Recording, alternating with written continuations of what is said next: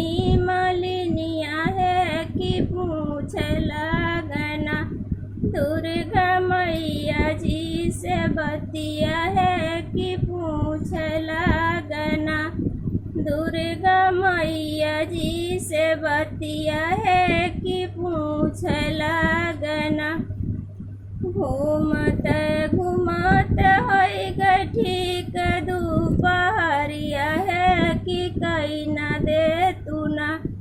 मालिन सो रहा सिंगरवा है कि कई न दे तू ना।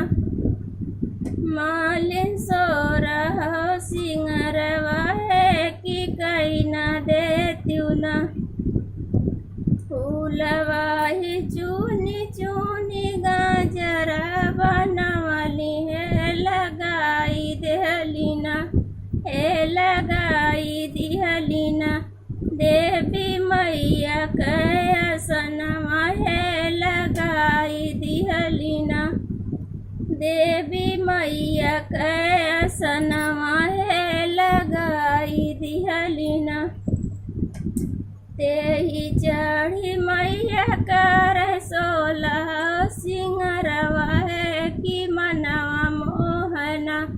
है कि मनवा मोहना। मई के अनुपम सूरतिया है कि मनवा मोहना। मई के अनुपम सूरतिया है कि मनवा मोहना। घरवा में बाढ़ मालिन धन दौलतिया है कि बहरे बाढ़ना। है कि बहरे बाढ़ना। मालिन खेत खलिहनवा है कि बहरे बाढ़ना। मालिन खेत खलिहनवा है कि बहरे बाढ़ना। अमर रहे हो मालिन तोहर सजनवा है कि जुग जुग जियना। है कि जुग जुग जियना।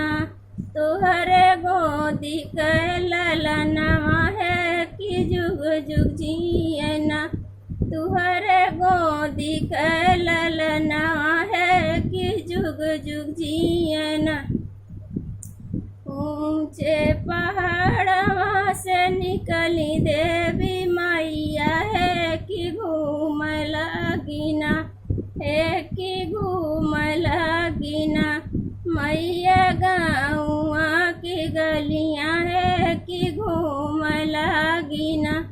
मैया गाँवा की गलियाँ है कि घूम लगिना।